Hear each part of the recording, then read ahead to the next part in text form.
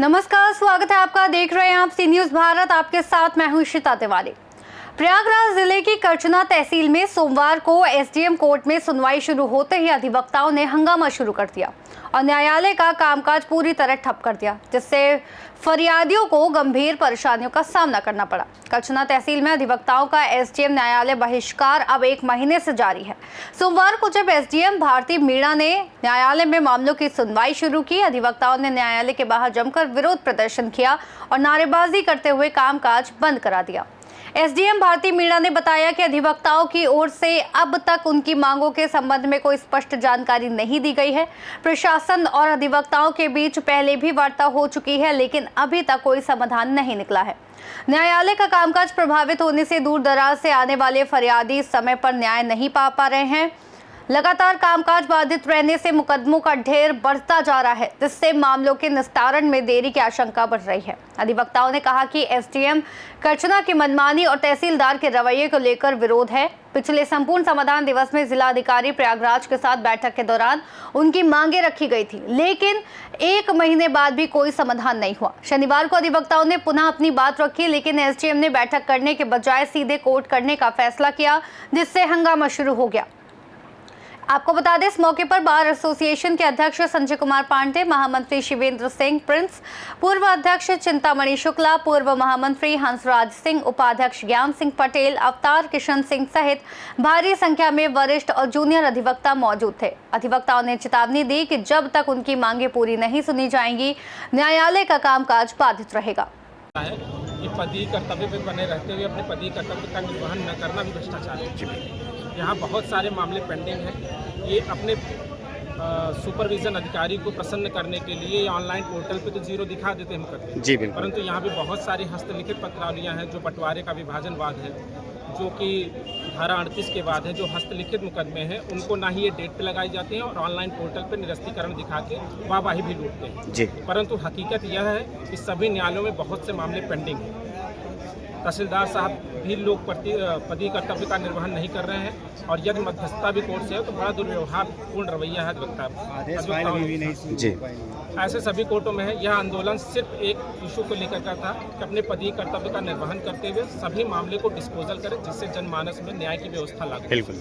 परंतु यह निस्तारण करने के बजाय इन्होंने बल हिंसा के प्रयोग द्वारा पुलिस बल को बुलवा लिया गया आज और अधिवक्ताओं को जोर जबरदस्ती से उनके इस आंदोलन का दमन करने के लिए ये सारी कार्रवाई कराई गई। जब न्यायपालिका जब इस तरीके से अगर कार्य करेगी तो फिर कैसे जनमानस को कैसे न्याय मिलेगा? राजस्व न्यायालयों के अधिकार एवं दायित्व को देखते हुए राजस्व न्यायालय की भूमिका और अधिक बढ़ जाती है, क्योंकि ये राज्य सरकार के अंतर्गत कार्यपालिका का भी कर्तव्य करना होता है और ये न्यायालय मौके न्यायपालिका का भी कर्तव्य करना होता है, परंतु ये दोनों ही मामले में खड़े नहीं कर रहे हैं। आज जितने भी पत्रावलियां हैं, चाहे वो स्थगन आदेश के लेकर आए, इन्होंने स्थगन आदेश किसी भी पत्रावली में दे नहीं होता है। मौके और वहाँ मौके की स्थिति पर जाकर देखें तो वहाँ पुलिस बल द्वारा अत्यधिक पैसे का लेकर वादियों प्रतिवादियों की तरफ शोषण किया जा रहा है। और आप देखिए कि छोटी छोटी पत्रावलियां जो 38 में मात्र नाम का कि किसी का नाम कल्लू से लल्लू हो गया है तो उसको करने के लिए सालों तक पत्रावलियां वेट करनी पड़ती हैं। 34 के दायरे में अविवादित पत्रावलियों पे ये इसी प्रकार से करते हैं कि न इश्तेहार जारी होता है और नजारत विभाग को पूरी तरीके से कोलैप्स हो गया है। यहाँ पे रिस्टोरेशन की बाढ़ आ गई है। 80% मामले तो रिस्टोर करके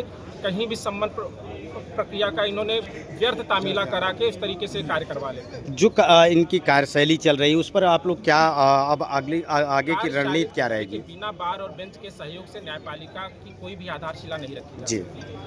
बार पूरी तरीके से उनके सहयोग के लिए आश्वस्त है। 1 महीने से हम लोग बराबर मध्यस्थ के कारण निगोशिएशन माध्यम में जब यहाँ पे एडीएम सर आए थे उनके अध्यक्षता में एक हेल्दी मीटिंग कराई गई, जिसमें यह बात किया गया और हमने कुछ प्रस्ताव रखे थे, जिसके आधार पर कहा कि यदि आप इतना समय हमसे ले लीजिए, उस प्रस्ताव में कम से कम नहीं तो 50% मामलों का निराकरण कर दीजिए, तो हम यह न्यायालय सुचारू रूप से चलने लगा।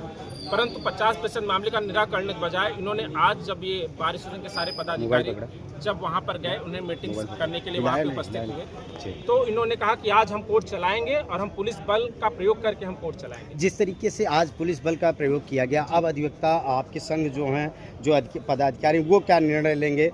तालाबंदी करेंगे या किस तरीके से कुछ अधिकारियों? इसीलिए आकस्मिक मीटिंग बुलाई गई है। सभी पदाधिकारी, पूर्व पदाधिकारी और सभी अधिवक्ता, वरिष्ठ अधिवक्ता, जूनियर अधिवक्ता, सभी की आकस्मिक मीटिंग बुलाई गई है।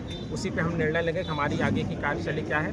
परंतु हम उप जिलाधिकारी महोदय और माननीय तहसीलदार महोदय जी दोनों के कार्यपूर्ण या मध्यस्थता में ये लोग बिल्कुल बार बेंच के सहयोग के फेवर में नहीं है।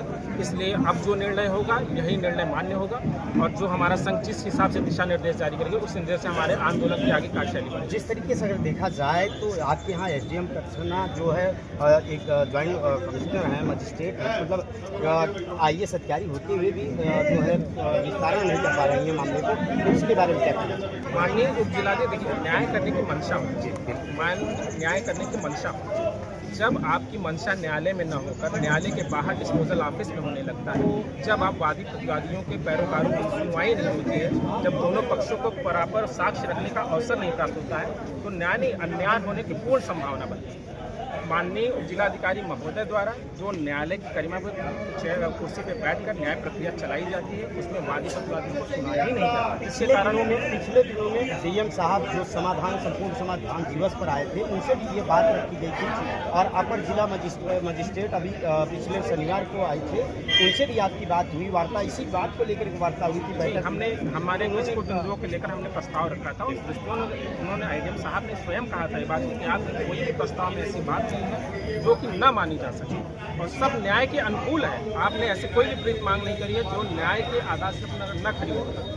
परंतु और आश्वासन भी दिया था माननीय तहसीलदार महोदय और माननीय उप जिलाधिकारी महोदय ने आश्वासन दिया था कि हम त्वरित 1 हफ्ते के अंदर सभी मामलों को और सभी प्रस्ताव बिंदुओं पर हम निस्तारण कर देंगे।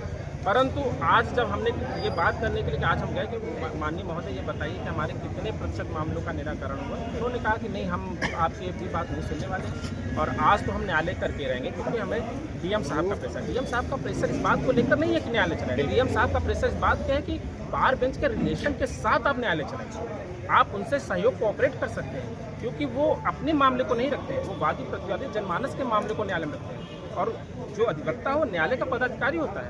आप उसकी गरिमा और स्वाभिमान के साथ ठेस नहीं पहुंचा सकते और वह स्वाभिमान के साथ अपनी गरिमा को प्राण, उसको भी भारतीय संविधान में मूल कर्तव्य, मूल अधिकार और मूल कर्तव्य से प्राप्त है और उसके भी कुछ अधिकार है। वो अपनी बात वो न्यायालय में वादकारियों के बाद रखने के लिए वो न्यायालय परिसर में उपस्थित होता है और आप उससे अव्यवहार, अमानवीय व्यवहार तो बिल्कुल नहीं कर सकते।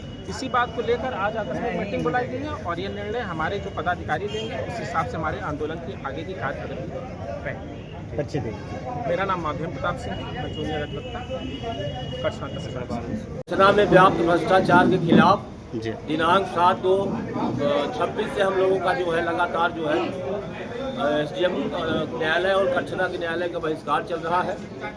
बीच में शनिवार को अपर जिलाधिकारी महोदय द्वारा हस्तक्षेप करके वार्ता कराई गई जी और हम लोगों ने कहा कि जो हम लोगों ने प्रस्ताव दिया था उसमें कितना प्रगति हुई जी। उन्होंने सारी बातें हम लोग नोट की और उन्होंने कहा कि अगला निर्णय क्या लेंगे आप लोग। हम लोगों ने कहा कि सोमवार को जो है हम लोग आम सभा करके, क्योंकि 1 महीने से हम लोग की हड़ताल चल रही है जी, और जो प्रगति हुई हो वो हमको बताई जाए। क्या इन्होंने सुधार किया, कितने आदेश पारित किए धारा 80 में, धारा 38 में, और जो मुकदमे आदेश में सुरक्षित थे उनमें कितना निर्णय किया गया। इसी वार्ता के क्रम में हम लोग आज मीटिंग करके इनको जो है अपना ज्ञापन देते कि आगे की कार्यवाही क्या निर्णय लिया जाएगा। लेकिन ये लोग सुबह से ही नाटक करके जबरन जो है कोर्ट चलाना चाहते, जिसके विरोध में हम लोगों को तत्काल निर्णय लेके वहीं ज़मीन पर बैठ के इनका विरोध किया गया। और अब अगर ये इनका तानाशाही रवैया रहेगा तो जब तक ये यहाँ रहेंगी तब तक ये हड़ताल चलती रहेगी।